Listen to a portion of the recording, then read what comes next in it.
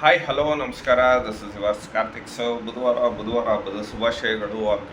ಕೃಷ್ಣನ ವಾರ. ಕೃಷ್ಣ ಎಲ್ಲರಿಗೂ ಒಳ್ಳೇದು ಮಾಡಲಿ ಅಂತ ಹೇಳ್ತಾ ಆ್ಯಸ್ ಯೂಶಲ್ ನಿಮ್ಮ ಮುಂದೆ ಹಾಜರಾಗಿದ್ದೀನಿ ನಿಮ್ಮ ಕಾರ್ತಿಕ. ಸೊ ಕರ್ನಾಟಕದ ಒಂದು ವಿದ್ಯಮಾನಗಳು ಏನು 3 ವರ್ಷ ಆಯಿತು. ಸಿದ್ದರಾಮುಲ್ಲಾ ಖಾನ್ ಅಲಿಯಾಸ್ ಕುರ್ಬಾರಾಮಯ್ಯನವರು ಅಲಿಯಾಸ್ ಅಹಿಂದ ಅಂತ ಹೇಳ್ಕೊಳ್ತಕ್ಕಂಥ ಅಯೋಗ್ಯ ರಾಮಯ್ಯ ಒಂದು ಪಾರ್ಟಿನ ಕಟ್ಟಿ 10 ಸೀಟ್ ಬೇಡ, ನೀನು ನಿನ್ನ ಮಗ ಗೆದ್ದು ಬಂದರೆ ಅಷ್ಟು ಸಾಕು, ಅಷ್ಟರ ಮಟ್ಟಿಗೆ ನಿನ್ನ ಲೀಡರ್ ಅಂತ ಒಪ್ಕೊಳ್ಳೋತೀವಿ. ಆದರೆ ನೀನು ಯಾವ ಲೀಡರು ಅಲ್ಲ, ಏನೂ ಇಲ್ಲ, ಬರೀ ಅದು ಆ ಟ್ಯಾಗ್ಲೈನು ಈ ಟ್ಯಾಗ್ಲೈನಿಂದ ನೀನು ಒಂಥರ ಬುರುಡೆ ಬಿಟ್ಕೊಂಡು ಬುರುಡೆ ಇರೋವಂಥ ಬುರುಡೆ ರಾಮಯ್ಯನವರೇ. ಸೊ ಈಗ ನಿಮಗೆ ಅಹಿಂದ ಮತ್ತು ದಲಿತರ ಅಸ್ತ್ರ ಇದಾಗ್ತಾ ಇದೆ. ಸ್ನೇಹಿತರೆ, ಇಷ್ಟೇ ವಿಷಯ. ಸೊ ಸಿದ್ದರಾಮಯ್ಯ ಇಳಿಬೇಕು, ಇಳಿಯೋಕ್ಕಾಗ್ತಾಯಿಲ್ಲ.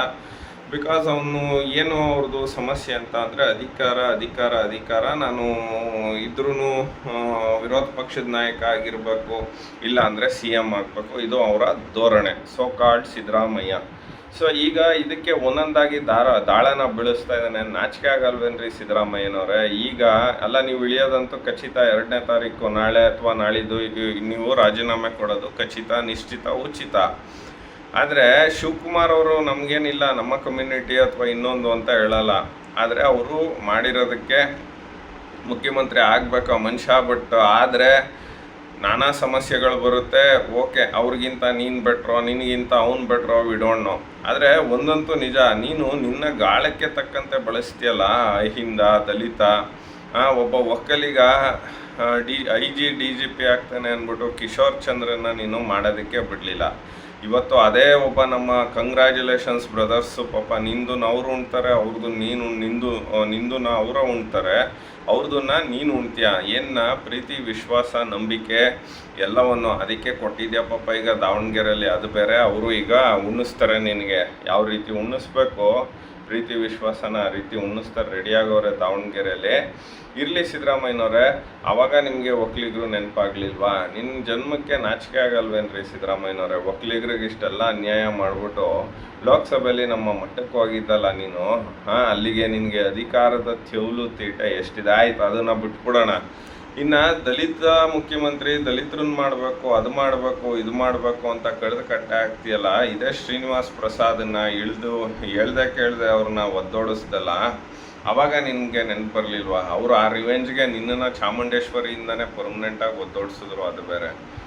ಇಷ್ಟೆಲ್ಲ ಮಾಡಿ ತದನಂತರದಲ್ಲಿ ಪರಮೇಶ್ವರ್ನ 2013ರಲ್ಲಿ ಸೋಲಿಸ್ದಲ್ಲ ನೀನು ಕೊರಟಗೆರೆಯಲ್ಲಿ, ಆವಾಗ ದಲಿತರು ನೆನಪಾಗ್ಲಿಲ್ವಾ? ದಲಿತರಿಗೆ ನೀನು ಹೋಗ್ಲಿ ಆಯಿತು, ಉಪಮುಖ್ಯಮಂತ್ರಿ ಸ್ಥಾನನಾರು ಕೊಟ್ಟ, ಇಲ್ಲ ಪವರ್ ಸೆಂಟ್ರ್ ಆಗುತ್ತೆ ಅಂತ ಆಯ್ತಪ್ಪ. ದಲಿತರು ಅವರು ಒಂದು 51 ಸೀಟು ಅವ್ರಿಗೆ ಕಾನೂನು ಸಂವಿಧಾನಬದ್ಧವಾಗಿದೆ, ಓಕೆ. ಇಲ್ಲ ಅಂದರೆ ಅವ್ರನ್ನೂ ತುಳಿದು ಬಿಸಾಕ್ಬಿಡ್ತಿದ್ದಲ್ಲೋ ಸಿದ್ದರಾಮಯ್ಯ ಅವರೇ. ಆದರೆ ಒಂದು ಸಿದ್ದರಾಮಯ್ಯನವರೇ, ಎಷ್ಟು ದಿನ ಬುಡ್ಬುಡಿಕೆ ಬಿಟ್ಕೊಂಡು ನಾನಿದು ಯಾವುದು ನಡೆಯಲ್ಲ ರೀ. ಈಗ ಜನ ಕಾಯ್ತಾ ಇದ್ದಾರೆ ಸಿದ್ದರಾಮಯ್ಯನವರೇ. You must be sideline and ನೀವು ಇಲ್ಲಿಗೆ ನಿಮ್ಮ ಕತೆ ಮುಗೀತು, ಯು ಆರ್ ಫಿನಿಶ್ಡ್. ಆದರೆ ಇಂಥ ದೊಂಬರಾಟ ಆಡಿ, ಇದು ಮಾಡಿ, ಇನ್ನೊಂದು ಮಾಡಿ, ಮತ್ತೊಂದು ಮಾಡಿ ಬೇಕೇನ್ರಿ ಸಿದ್ದರಾಮಯ್ಯನವರೇ?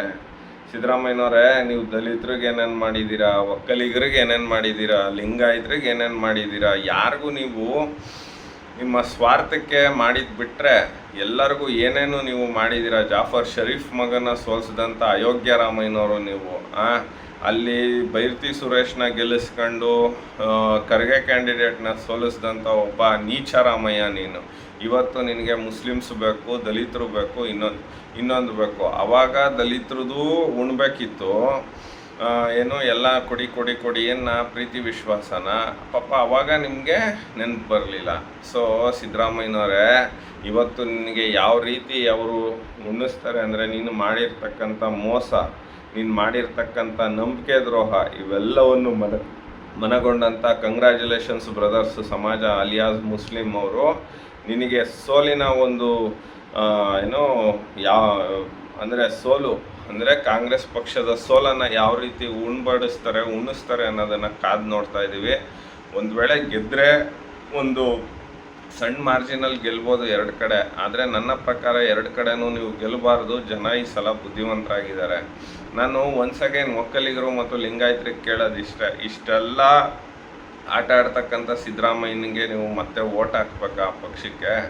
ದಯವಿಟ್ಟು ನಿಮ್ಗೇನು ಇಲ್ವಾ, ಎದ್ದೇಳ್ತಾ ಇಲ್ವಾ ನಿಮ್ಮಲ್ಲಿ ರೋಷ ದ್ವೇಷ ಸ್ವಾಭಿಮಾನ ಎಲ್ಲವನ್ನು ಏನು ಎದ್ದೇಳ್ತಾ ಇಲ್ವೇನ್ರಿ? ಒಕ್ಕಲಿಗರೆ ಮತ್ತು ಲಿಂಗಾಯತರೆ ಎದ್ದೇಳಿ, ಎದ್ದು ಬಂದು ಯಾವ ರೀತಿ ನಮ್ಮ ಚಾಮುಂಡೇಶ್ವರಿಲಿ ನಾವು ಒದ್ದೋಡಿಸಿದ್ವಿ ಅದೇ ರೀತಿ ಕಾಂಗ್ರೆಸ್ ಪಕ್ಷನ ಒದ್ದೋಡಿಸಿ.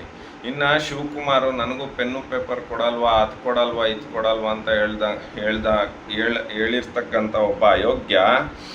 ನಾವು ಕೊಟ್ವಿ, ಆದರೆ ಅವನು ಪೆನ್ನು ಪೇಪರ್ನ ಪಾಪ ನಮ್ಮ ಅವ್ವ ಹೇಳಿದ್ಲು ಅಪ್ಪ ಹೇಳಿದ್ಲು ಅಂದ್ಬಿಟ್ಟು ಯಾರಿಗೋ ತನ್ನ ಒಂದು ಪೆನ್ನ ಕೊಟ್ಟ. ಸೊ ಹಾಗಾಗಿ ಸ್ನೇಹಿತರೆ, ಒಂದು ನನಗೇನು ಶಿವಕುಮಾರ್ ಅವರು ಏನೂ ಇಲ್ಲ, ಸಿದ್ದರಾಮಯ್ಯನವರು ಏನೂ ಇಲ್ಲ.